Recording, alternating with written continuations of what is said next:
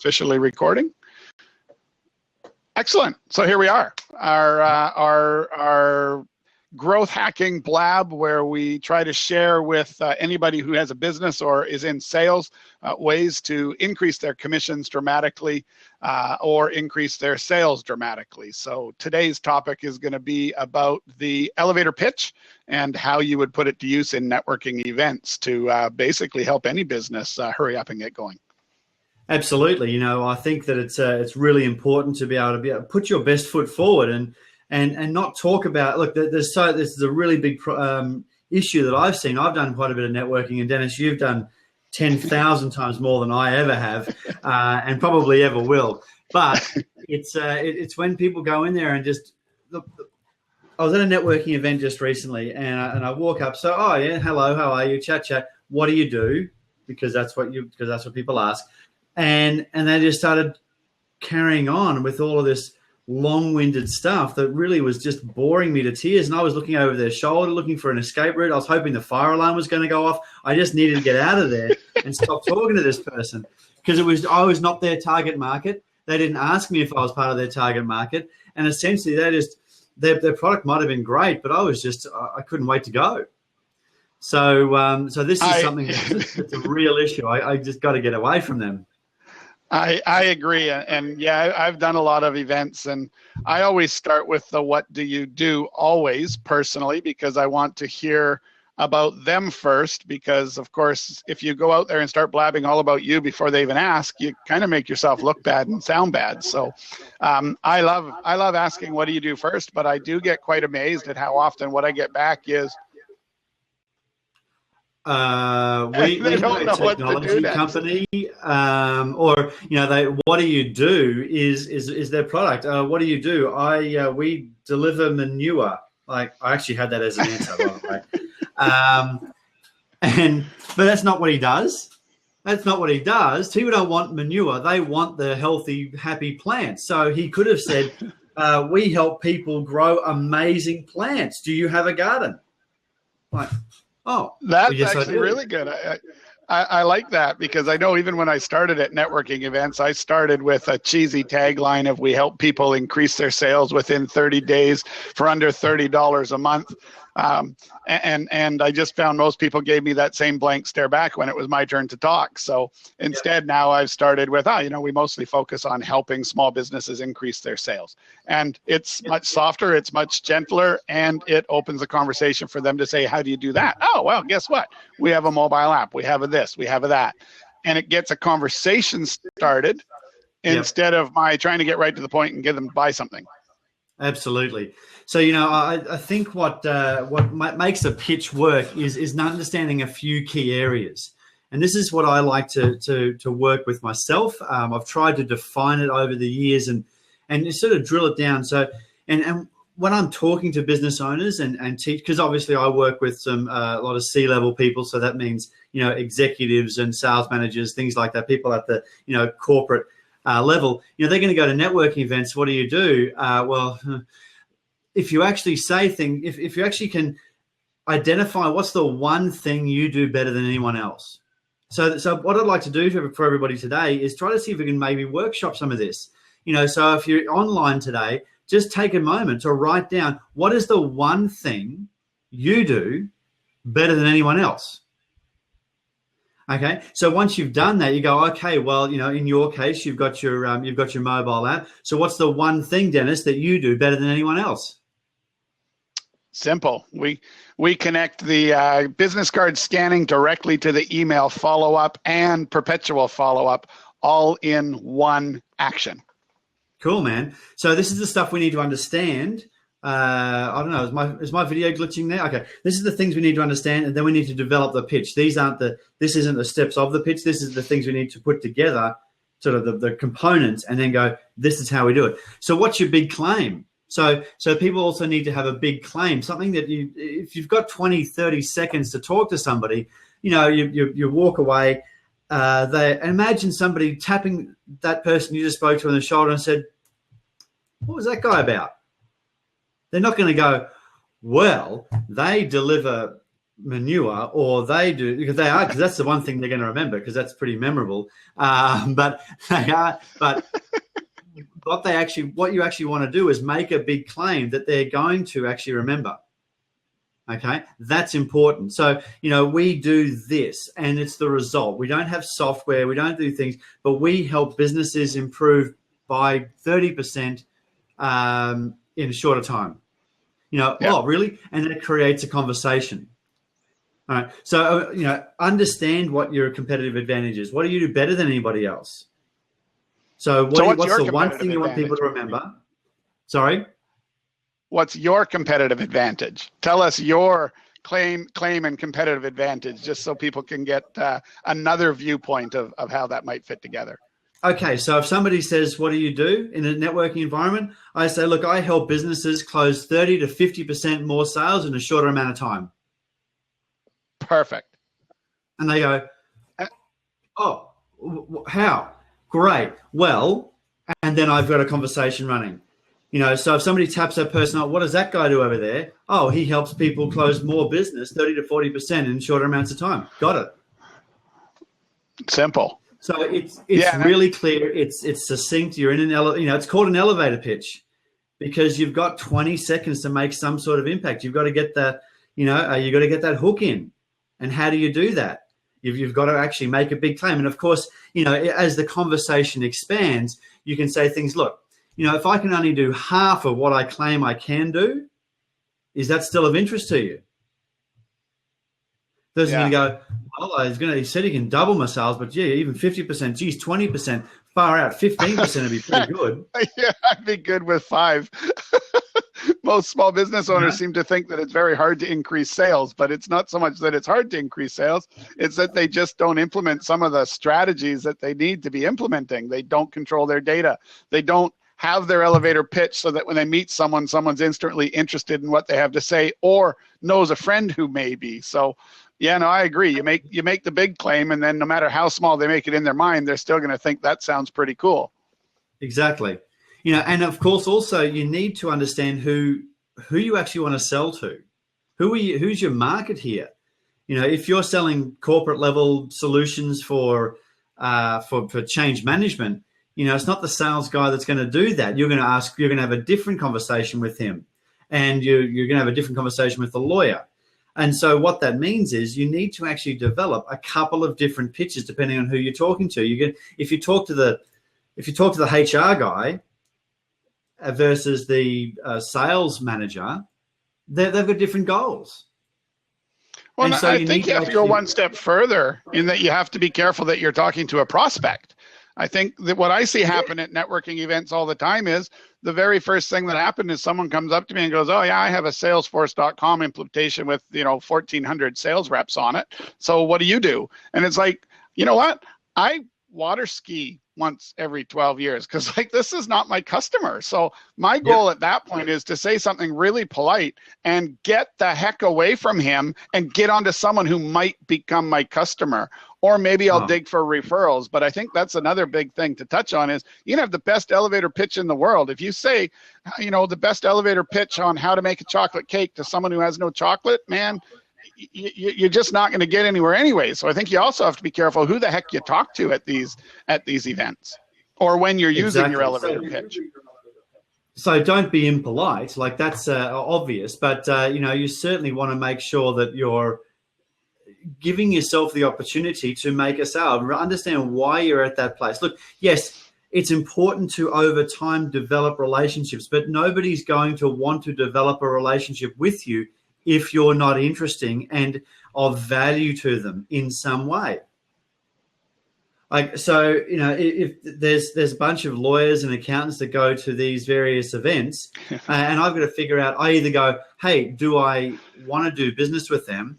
And often I'll actually find ways to do that where I can partner with them because they might not necessarily be the sale, but they might be the conduit to the sale. So you don't burn anybody. You don't go, get away from me. No, of course. But in a loving and caring manner, you might say, well, you might want to actually develop that relationship, have that polite conversation, or maybe tell them, look, actually, how can I help you? And help them a little bit. And then maybe even ask, who I've actually done this in a network environment. Of the customers that you have, are any of them struggling to converting sales? Yeah, I think going for the referral approach is always better than doing absolutely nothing. But I know I sort of learned to really, really sift and sort. I mean, if it's just not my target at all, I'm very polite. I maybe sort of suggest, well, here's what I do. I don't think it's really a good fit. I'd love to chat with you more. But now that I know what you do, hey, if I come across anyone in my networking that needs that kind of thing, I'd be more than happy to make the connection. And then I like to politely exit, because I think if I could go to a networking event in an hour and a half, get myself 5 or 10 people that actually have the potential of being interested in what I do, it's a lot smarter than having a nice, cozy conversation, creating a future relationship that may never turn into anything other than a beer drinking buddy. So I know myself, I'm quite selective when I go to networking events, because it's easy to get sucked into a comfortable conversation. And next thing you know it, the event's over and you had fun, but you don't have a single contact. That's right. And what I've also seen is you actually get stuck talking, not stuck, but you do talk to somebody who you think might be a contact, and they're not seeing it that way. So be really clear about what you. Yeah, and I've done it myself, and probably the audience here as well. Is you just need to be able to go out there and have those conversations, and then follow them up, and that's where what you do is super important. Dennis. So one of the things in regards. Yeah, go ahead. Go ahead.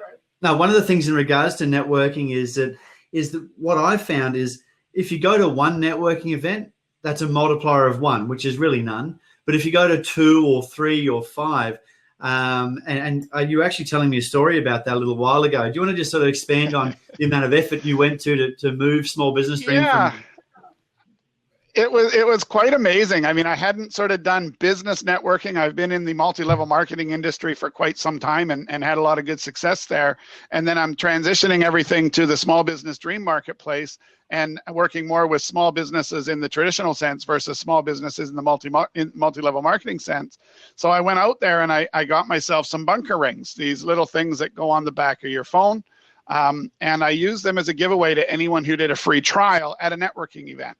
Yeah, exactly. So I'd go and I'd have a chat and I'd say, oh, I got this cool thing. And if you want to try a free trial, it's early days. There's going to be bugs and problems all over the place, but I'll give you a little present if you do.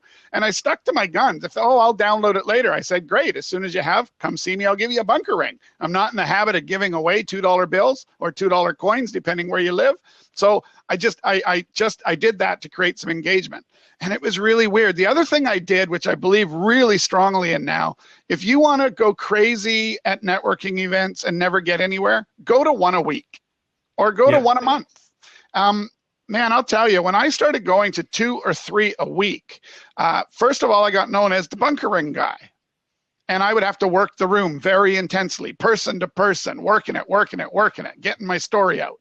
And I wasn't really that good at the story in the beginning. I thought I had it all worked out, but it wasn't really resonating. And eventually I got the right story down. So by going to many events a week, I really honed the pitch, so to speak, very, very quickly, looking into people's eyes. So next thing you know, I've transitioned about 2 weeks later to being the guy that has that software that can help your business increase sales. And I thought, well, that's pretty cool, because that's a lot better than having to give away $2 bills. And the other thing I had noticed is I didn't work the room so hard. The room started to work me. People would bring people over to me saying, you got to meet this guy. He's got this cool thing, and he might give you one of these. And he pointed the bunker ring. And then what happened was even weirder. All of a sudden, because I had done a whole bunch of free trials and I was giving away some consulting to help people, get into the process easier and, quite frankly, selfishly learn where the glitches in our software were or what was hard to understand and just kind of hyperdrive the process. Next thing you know it, people are coming over and says, this is Dennis Wilson. He's one of the premier business consultants for small business in Vancouver. And I'm like, I've never said that ever about myself. And next thing you know, I am. And I'll tell you, I hit 3 or 4 events a week for 6 weeks. And it only took 6 weeks to go from unknown to apparently the premier business consultant in Vancouver for small businesses and provider of cool bunker rings and software that can increase sales of your business. Yep. So number one key, hit it hard, hit it fast. Because what happened is the first time, they don't trust you. No. The second time, they sort of know you. Maybe they have a bit of trust. The third time, they're legitimately curious about what you're doing. And the fourth time I found is when they engage. Get to the fourth time as fast as possible. Going to multiple events means you're hitting the same people over and over and over, and away you go. So that's what I did, and it was just like magic. Well, in particular, networking events, I found a way to expedite that process, and you did it yourself, is actually do free talks. So I did a free talk at a networking thing, and it immediately resulted in some contacts and work. And I've picked up a couple of clients who have paid for the cost of going to all of the networking events that I've ever been to many times over. So I've got that work, and it's just not necessarily because I'm it's a necessarily a unique product. Sales training, sales education, things like that is, it's been around for a while, but it may being there and actually having the capacity to go, I do this and I can help you do that. They go, okay, I get it. And then I get up on stage and talk about it.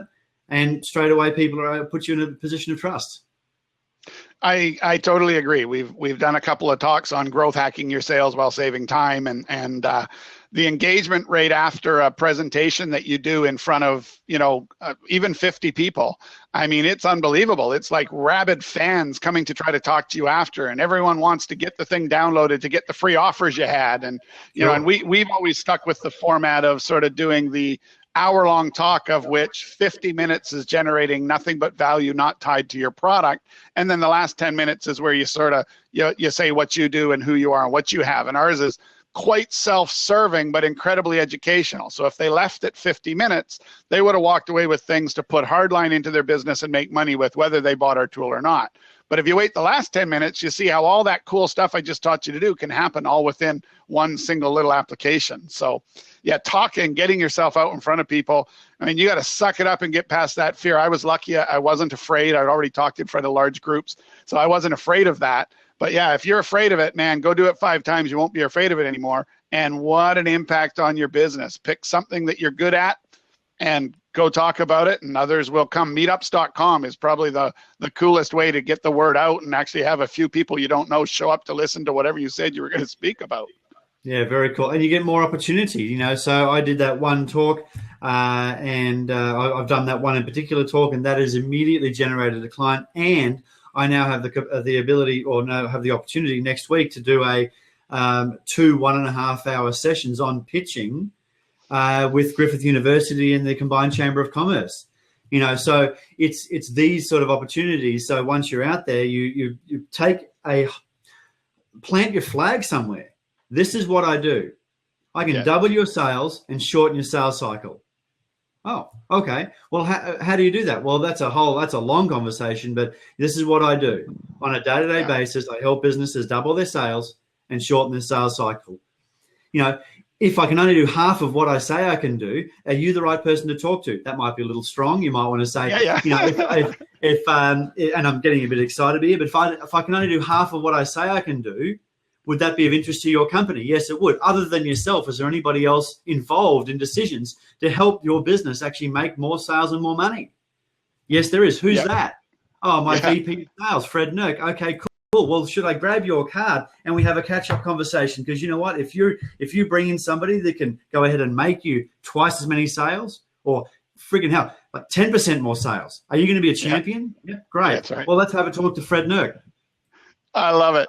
That sounds like, I can't do that because I'm in the hairdressing business. Not that I know much about hairdressing these days, but I like yours. I like that. But you've got some style. I got nothing. So what we can do is we can work on pitches now, if you like, Dennis. I mean, I don't know if because this is where the rubber hits the road. Because I want people to understand that your pitch is not your sales pitch. Your networking pitch is not your sales pitch. Your pitch is about your result, not your friggin' product. Okay? What do? Sell real estate. Yeah.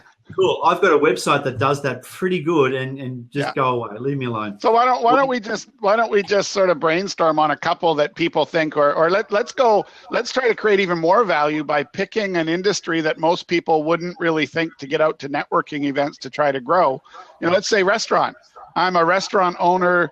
I'm the owner of a restaurant that's sort of not quite a super high end, but sort of a nice casual dining, nice restaurant, and I've decided to try to drum up more business by going to networking events. What should my pitch be? Well, so you got to know what's the one thing you want people to remember, and what's your big claim. So maybe if you're running a pizza restaurant or a pasta restaurant, people love to get that sort of that home, that mama feel. If it's a pizza and pasta restaurant, maybe it's that sort of old world thing. We create amazing experiences, and we deliver love with our food at our restaurant. There we go. Oh, I want an amazing experience, and I want to love the food, and I have a restaurant. Yeah, so make it bigger than the restaurant itself. It gives a shit. I don't care about the restaurant. Yeah. But, we create amazing experiences. Or, so what do? We have the best pie. Yeah, pick it. Yeah. In the world. Yeah. Yeah. That's a very Australian thing. Freaking mind when you taste this pie. People have literally been taken to the psych ward because they've had my pie. Yeah. That's how amazing it is. And I think that's actually extremely good advice, is pick one thing to focus on and make it about that. A company here in Vancouver started a restaurant in a place that was too big, should have failed. Everyone said it would fail. And their claim to fame was, they collected email addresses and used a system like Small Business Dream. But more importantly, they had $9.99 pitchers of beer all day Monday. And that's what they became famous for until they got done what's the address? Under service laws. Yeah, exactly. And they ended up getting done for being serving alcohol under minimum required pricing or something, because the province of British Columbia is so tight about such things. So now they're still known for cheap beer, but they're legally compliant at $12.99 a pitcher on Mondays. Right. But again, they didn't talk about their Korean barbecue or the quality of their meat or whatever. They didn't get known for that. They're okay on quality. They're okay on a lot of things. They're not outstanding anywhere, but they absolutely took over Vancouver from their $9.99 pitchers of beer on Monday nights. There you go. What do you guys do? We sell pitchers of beer for $9.99 at our restaurant. On Monday nights. On Monday nights, yeah. And then once you got them there, now you get them into your database. Now you can remarket to them. So I love that idea. We have the best pie in the world. You know what? You make me want to go to your restaurant already, because I'm not even a super pie fan, but as soon as you told me you have one of the best pies, I become very curious about what might the best pie in the world actually taste like. I think I want to try it. So I love that idea. I think that's a brilliant concept for a restaurant. Okay, so let's go do something different. Let's say flower shop. I'm a flower shop. What should I say at a networking event? So we flower shop. So what are flowers? What are the results the flowers get? Because it's not about the flowers, the result. We make memories. We help people build strong relationships. We do. We will bring you and your partner closer together. We're guaranteed to get a bad guy out of the doghouse. That's it. Doghouse exfil. That's the thing. It's the result. It's not the flower. We got pretty flowers. Yeah, sure. Everybody's got friggin' pretty flowers. Right. Nobody's interested in that. But you know what? We make sure, we guarantee that you'll never miss an anniversary, a birthday, or a special event. There you go. How do you do that? Well, I've actually got Small Business Dream, and that's all the information's in there. And it's the result. Yeah. You will never miss this. What do you do? How do you do that? Well, we have we've combined the charm and beauty and really the gut level reaction that people have about flowers, and we've taken that and we've combined it with high tech like Uber. So we're like the Uber of flower delivery. There you go. Yeah, I like it. So actually, that's a really good idea. You have a florist client. You better get that to them. Look, but moving people to see those ideas in old businesses is a challenge, and this is why the taxi industry has been crushed. That's why the hotel industry is crying. That's why, because they're being moved over because they've gone, we've always done it this way. Guess what? Airbnb, Uber, these sort of businesses are actually moving in and providing the customer with what they actually want. People don't want to call a cab, they want to get home.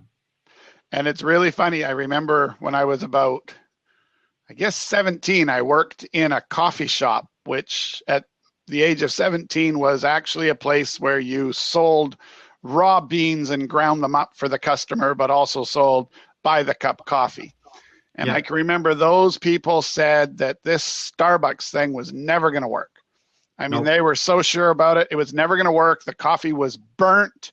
They don't sell enough beans in their stores. They don't have enough variety. They don't sell flavored coffee like hazelnut and Irish cream. There is no way this Starbucks concept's ever going to work. I was just in that mall after 20 years, and guess who's in the location that coffee shop used to be in? Starbucks. Let me guess. Yeah.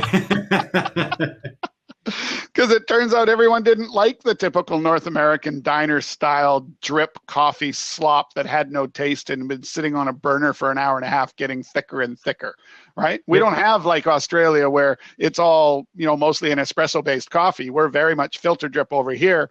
And, even I always get a kick out of it when I'm in Australia. I go to Starbucks and they always have to brew a whole new filter drip just for me. And that's fine by me, because otherwise I know I'd be drinking one that someone left for 3 hours. Even the rules said, it's got to go after 20 minutes. But yeah, another example where they didn't pay attention, and they said it's ridiculous that they have so much space for people to sit down and drink their coffee in the restaurant. That's where you should have, that's wasting square foot. And they went on and on and on about all the reasons Starbucks was going to fail. And in the end, the only thing they didn't figure out is Starbucks was going to charge 3 times the price they did for everything so they could afford that square footage to be used to make people comfortable to have maybe even 1.5 or 2 coffees. And the thing is, with Starbucks, the first 2 times I went there, because I'm a bit of a coffee snob, but the first 2 times I went there, I was in England and I needed to have a meeting place. And the girl said, oh, let's go to Starbucks. They have comfy couches and free Wi-Fi. Let's go do that. Mm-hmm. I'm like, you know what? Comfy couches and free Wi-Fi, I'll go there. And then I had a coffee and it was all right. But, I was there for the meeting. And you know what? You pick that Starbucks up, I've been to one in Wall Street. I've been to one in Service Paradise. And, you walk in and you go, you know what? I know what I'm going to get now. That's right. Yeah, there's no real questions. But what are they selling? Are they selling coffee? Are they selling an experience? Are they selling an experience? Are they pitching their product, or are they pitching their result? There's no question they're selling an experience of come in and relax and take it easy. You got your Wi-Fi, you got your mobile phone, and they do not ever bother you. In fact, Mr. Wake Up Better on the line today, almost his entire business is run from the local Starbucks. He can be there 8 or 9 or 10 hours a day, and they never kick him out. Nope. So buying a cup every now and then. And that's A-OK by Starbucks, because Starbucks would rather have that seat full than empty, because it makes it look like there's more people interested in their product. So it's almost like the old nightclub scam, right? Keep the lineup outside even if there's 3 people inside, because then everyone else will line up and eventually you'll have a full club. Absolutely. I've done networking events and also trade shows. And what I noticed is more people stopped to look at my stand at the trade show when there was people in the stand. Yeah. So I would get them to line up. I would literally call people over and just talk about the color of the wall, like anything. That's right. Like, can I just get your opinion over here in my stand? Look, do you think that's where I should have the TV? Because I got my other sales guys circling here. Well, I'm having a chat with this random person. I know. I mean, if it was just me, I wouldn't do that. But I've called somebody in, pointing at things. So there's movement, pointing at things. So I'm in the camera. Yeah. And then other people would be walking by and go, oh, what's going on in there? They would stop, and the salesperson would come up with their opening line. Have you found what you're looking for today, or are you still looking? Yeah. Or whatever the opening line is. There's lots of options here today. Have you found what you're looking for? I like it. No. Or maybe this is for you. What in particular are you looking for? So it just creates a conversation. So what happens is then also, rather than this, I know this is getting away from networking, but a lot of the time a salesperson stands here, a prospect stands here, and they talk to each other. What I found always really good in a networking event and also in a trade show is to try to get on their side and look at something else. And so you can both be on. So you can be on the guy's side or the girl's side. Oh, and stand next to the guy. If there's a couple, a guy and a girl, stand next to the guy because he might be thinking you're going to go and swoop on his girl. Exactly right. That's because he's now thinking, oh, get away. Yep. Not thinking about what you're talking about. That's right. His brain's already cross-circuited, so you're not going to get anywhere. Well, I found, now that we're talking a little bit about trade shows, I'll tell you 2 tips that I've learned that I thought were brilliant. And the first one was, a buddy of mine told me, he says, you're doing a trade show. He says, don't forget the air above your booth is free. Yep. And he talked about a company that he saw had this great big, huge retractable tent pole thing so they could hang their logo from this tent pole thing that was like 30 feet in the air, so that for all the way around, people thought they were some kind of super important corporate sponsor, thinking it was hung from the ceiling like a Microsoft deal. So I thought that was really neat. So the first trade show I did with Small Business Dream, this banner behind me, I actually I shoved it up on top of the table. So now that great big SD logo was pointed right at the entranceway. And then we took another one because the booth was smaller than advertised, and we stuck it behind our booth, pointing at the aisleway of the other guy's booth. And that was fantastic. And then the other tip I heard just the other day was a guy went and got 10 life-size cutouts of himself holding his book because he was there to promote a book. And he ran around and he just started putting these up everywhere. He says, and then he went beside one and he actually put it on one side of the washroom. And then he actually made people line up in front of the washroom. So he put it in such a strategic location that people had to line up and block the washrooms. So all of a sudden, everyone coming, trying to get through the line. Well, what's this all about? Oh, it's a book signing. Holy crap, this guy must be famous. Look at the lineup. And they join the lineup and join the lineup and join the lineup. And then every time the security guard complained about the cutouts, he'd say, no, I'm like an author. I'm here doing a session. So, I mean, of course I'm allowed to do that. And he would just use, good old neuro-linguistic programming to convince the guy that he was allowed to do that. He says, and then by the time he figured out I wasn't allowed to do it, I'd already got the exposure I needed. And I thought, man, is that ever great? So yeah, definitely block an aisle or something important with your life-size cutout and offer a free gift to create a lineup, and you can be the star of any show.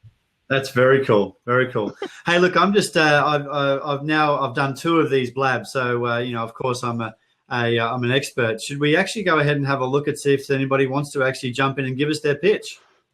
We sure could. Yeah, anybody on the line. I don't know that we have a lot of people that are live. We had a lot of lurkers that aren't logged in, so they don't have the option. But if anyone wants to jump in and suggest to us what their pitch would be for their business, or get a little bit of help from us on what your pitch could be for your business, let us know, and we'd be happy to jump you on if you have a headset, or type it in the column, and we'd be more than happy to take some live ideas and help in real time if there's anybody. While people are doing that, and what we have to remember is your pitch is not necessarily a conversation.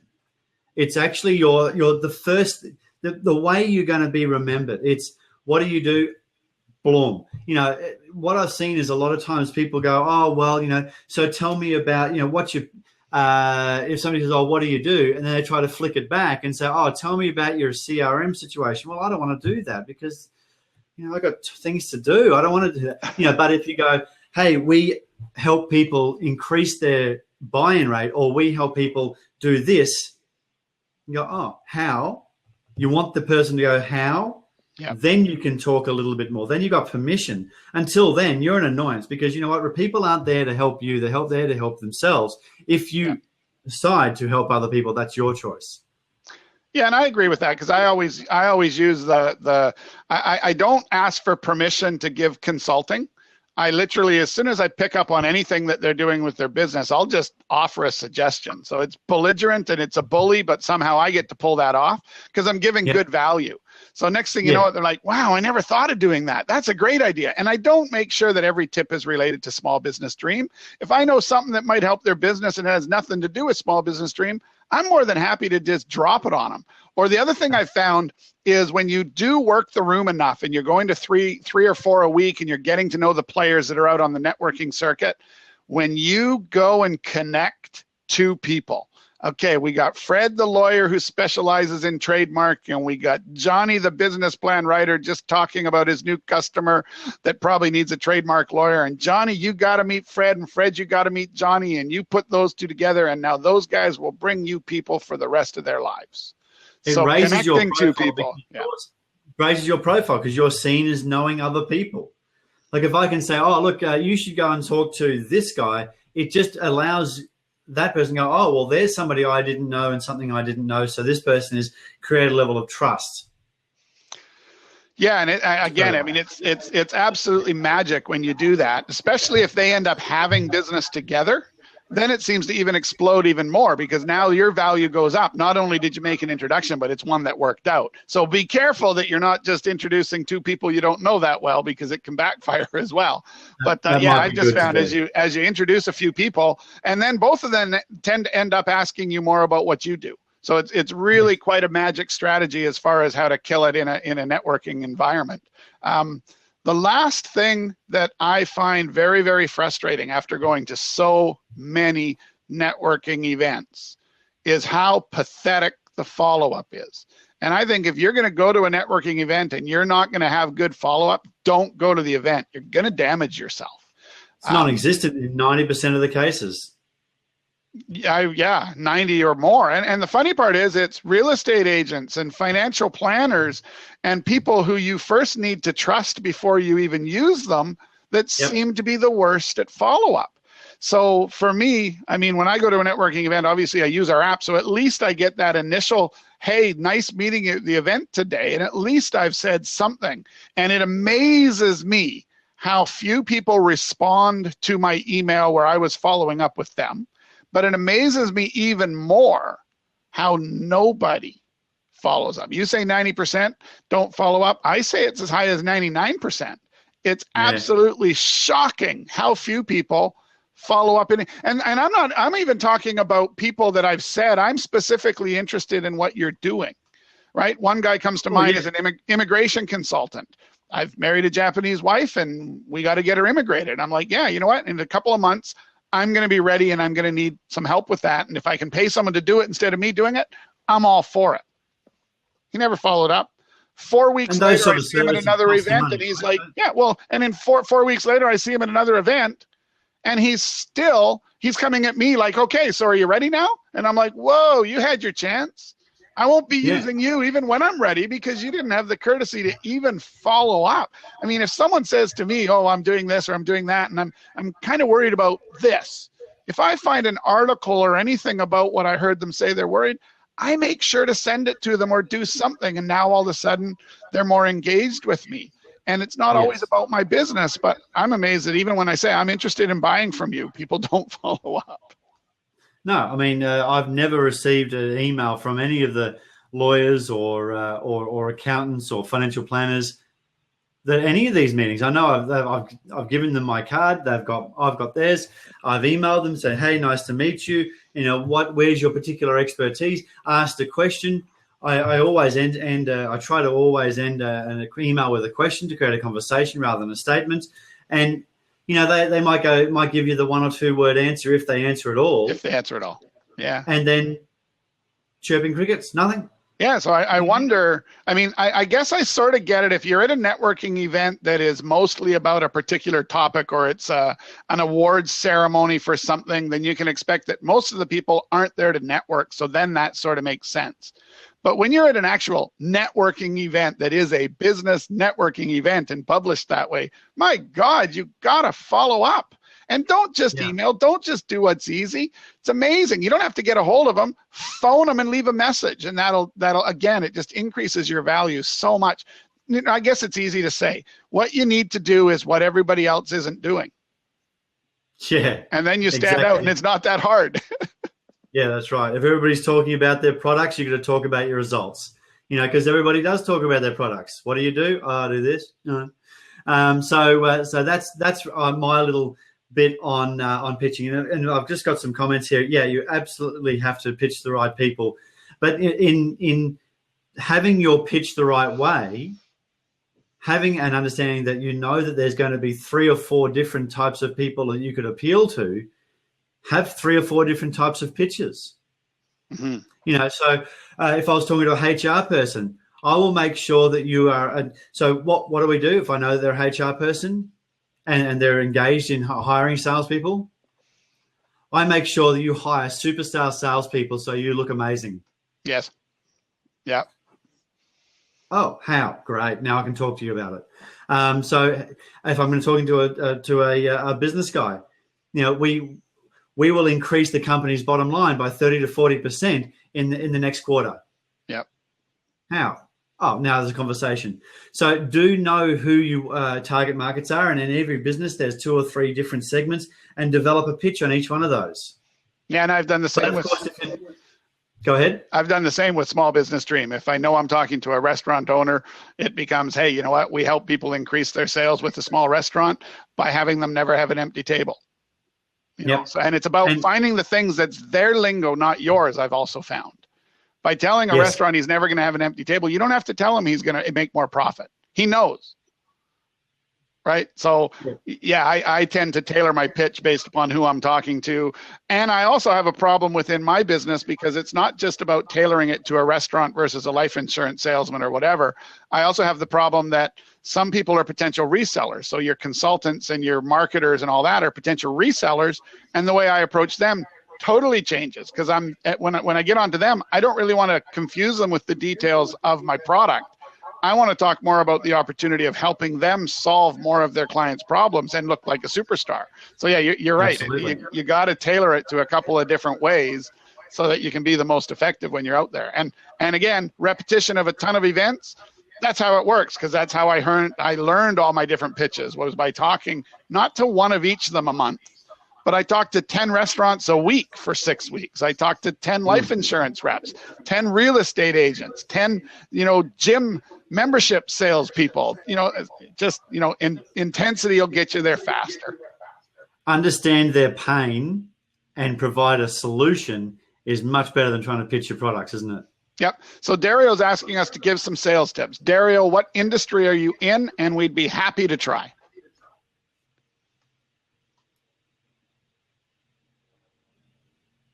Okay, while we're waiting for Dario to answer, we can carry on.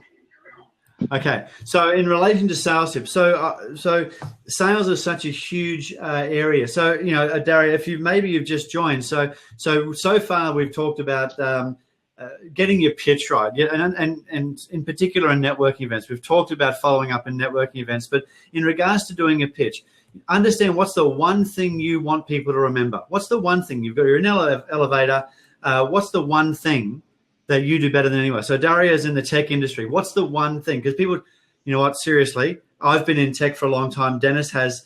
It is now so commoditized. Nobody wants to hear about tech. Seriously, if you mention tech at all in any sales conversation, you are going to lose because it's not interesting anymore. 15 years ago, I spent, I don't know, I'm going to say probably $100,000 on service for my office. I made sure there was a glass door on the thing so I could walk people past and go, look at my cool service.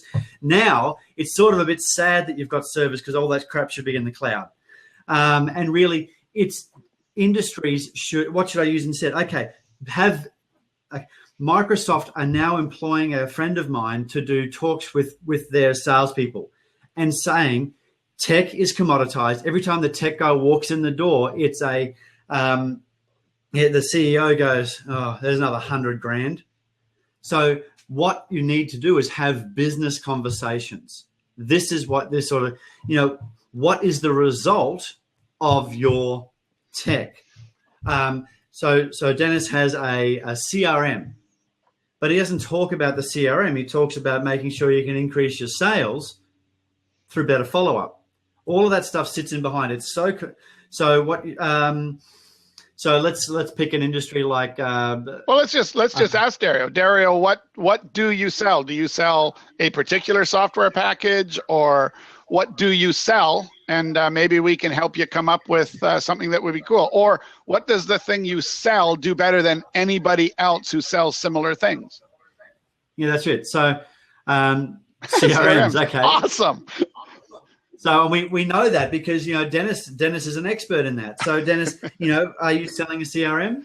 No, we call it a mini CRM. We call it a growth hacking tool. We stay away from CRM. And I learned this in Japan, right?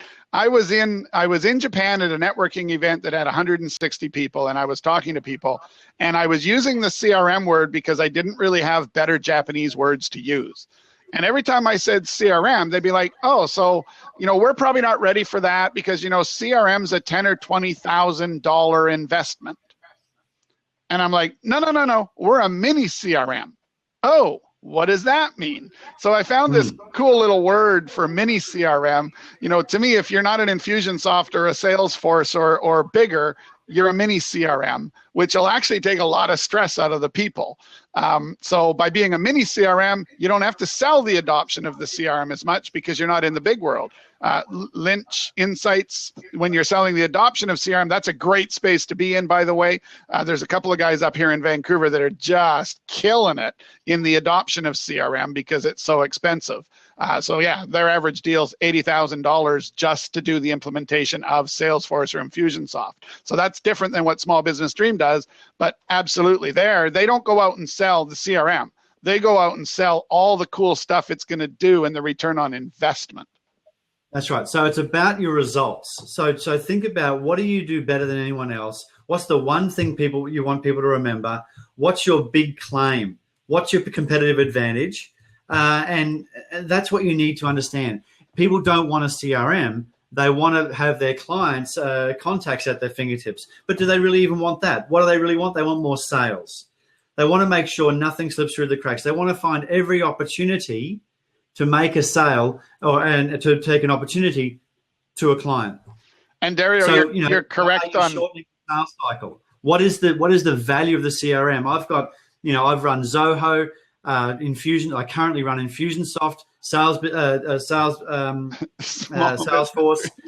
Zoho, and because I've got a few different businesses and clients I work with, and of course Small Business Dream. So, and all of them do different things. Yeah. What is the one thing that your product does better than anyone else, and how does that relate to a business problem?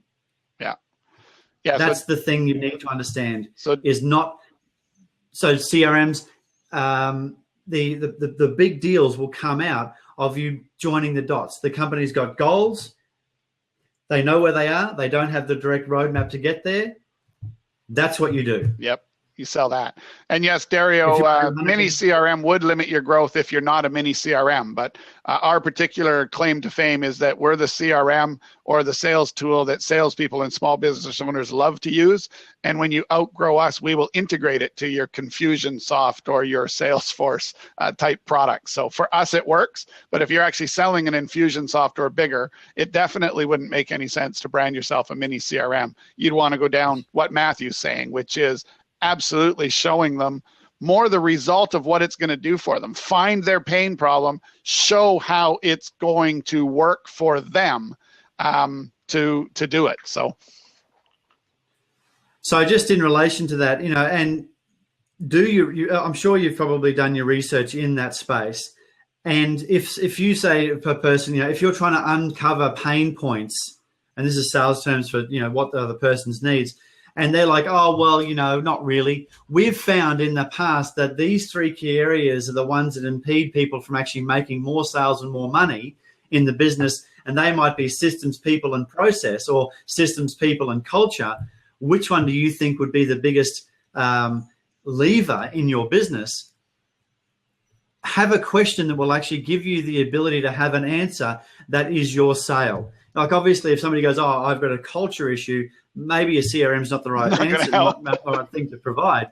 But certainly, well, why? And then that's interesting you should say that. Why do you say that? Oh, because of this. And keep digging and see if you can find a way. Well, the culture sucks because it's too damn hard to find the contact details of somebody, or it's too damn hard to make a sale, and we're not making enough sales. Why is that? Because of this. So it's actually the idea is to ask.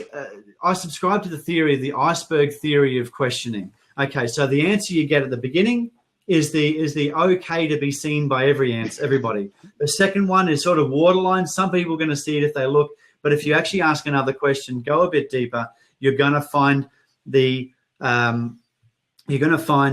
real pain. What is it? You must have a good reason for saying that. Would you mind sharing it with me? Or, and how does that impact your bottom line? Because business owners don't want CRMs or server racks or anything like that. All they want to do is go from where they are to where they want to be. That's absolutely it. I mean, it's fantastic. I think I know Lynch Insights was saying that in Big World, they're spending millions of dollars just for licenses. And that's true. But to me, the whole reason we did Small Business Dream the way we did it was we didn't want to compete in that space, because that space is exactly the answer you get. That space is what has screwed up the small business owner's mind, because he's been approached by those people saying, oh, the license is only $1,500 a year per seat.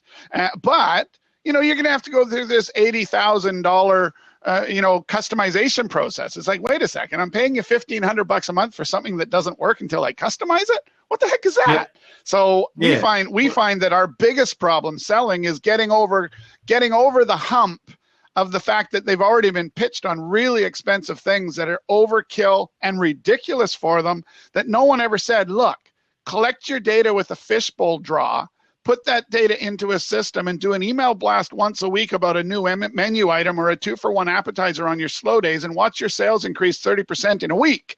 Nobody's pitched them that way on a CRM, something that's immediately tangible, and then give them a free trial so that they can actually experience and make money on it before they have to pay for it, and away you go. But I got to convince them, I'm not joking, it's only $30 a month. Yeah. Look, I've sat in my own boardroom and had people come in from Oracle and Salesforce and Siebel databases and Siebel. And all of these guys are telling me about their product. Oh, we can link on various things. I've actually forgotten 99% of the conversation, the jargon, because it actually hurt. But essentially, I just said, look, guys, all I want to do is have my salespeople do this and get this report. And they kept prattling on. I said, no. I actually had them in my office, so I was the one asking for help. I said, no, I don't care about all that sort of stuff. I want to start here, see this, do that. And because I'm in sales, because I was running the business at the time, I knew what I wanted to do. So business owners know what they want. You just need to be able to describe the problem. As a salesperson, your job is to describe the problem better than they can. That's right. And ask them a better question. And that's it. I know we've sort of gone away from pitching here because you've moved into a place that both Dennis and I love, which is sales and general sales advice. and certainly we've both,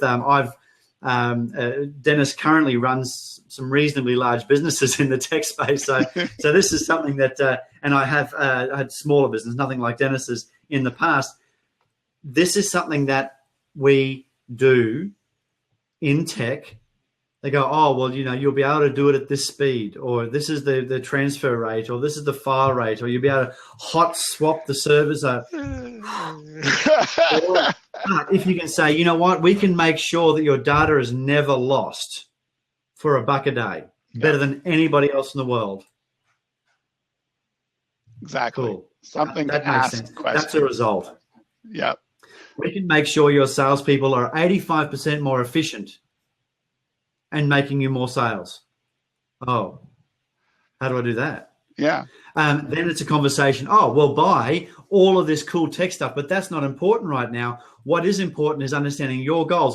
This is for you, Dario. What I understand is your goals, understand where you want to be, where you are now, what you think the things are in between, and we'll work to that. Because you know what? We've got a whole bookshelf of stuff we could talk about, but really what I want to talk about is you and your goals, your business, and how we can actually unpack the specific parts and make sure you're successful. Is that of interest to you? Yes, it is. Great. Yeah, I totally agree. So we're getting close to the end of our hour. So I think, Matthew, what you might want to do is you should share a little bit about your company and the things that you have on offer, because I know you have a free trial and some cool stuff that the people here might be interested in seeing. So why don't you just share a little bit more about Velocity and what you do? And, if some people are interested in taking your free trial, you should absolutely lay it on them. Okay, cool. So Velocity Selling was built by a guy named Bob Urachuk, was voted in the top 10 sales gurus since 2008.